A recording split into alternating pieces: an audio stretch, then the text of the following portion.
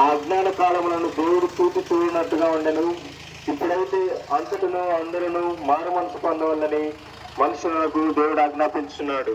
యేసు చెప్పెను, నేనే మార్గమును సత్యమును జీవమును, నా ద్వారానే తప్ప ఎవడును తండ్రి వద్దకు రాలేడు. దేవుడు యేసుక్రీస్తు ఈ విధంగా సెలవిస్తున్నారు, నశించిన దానిని వెతికి రక్షించుటకు మనిషి కుమారుడు లోకమునకు వచ్చను.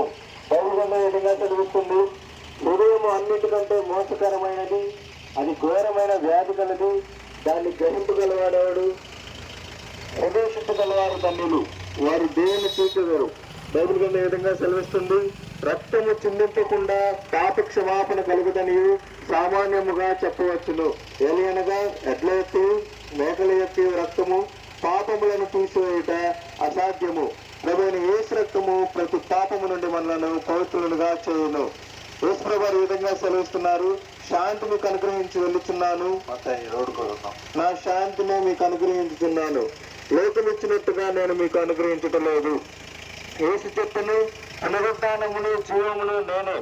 నా యందు విశ్వాసం ఉంచువాడు చనిపోయినను బ్రతుకును, బ్రతికి నా యందు విశ్వాసం ఉంచువాడు ఎన్నటికి నీ చనిపోడు. మరణమును చూడక బ్రతుకు నరుడేవుడు? పాతాళము యొక్క వశము కాకుండా తన్ను తాను తప్పించుకున్న వాళ్ళెవడు?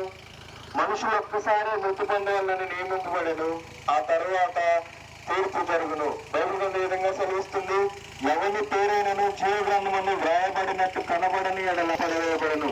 నా మాట విని నన్ను పంపిన వాని విశ్వాసం ఉంచువాడు నిత్య జీవం గలవాడు, వాడు తీర్పులోనికి రాక మరణంలో నుండి జీవంలోనికి దాటి ఉన్నాడని మీతో నిశ్చయముగా చెబుతున్నాను.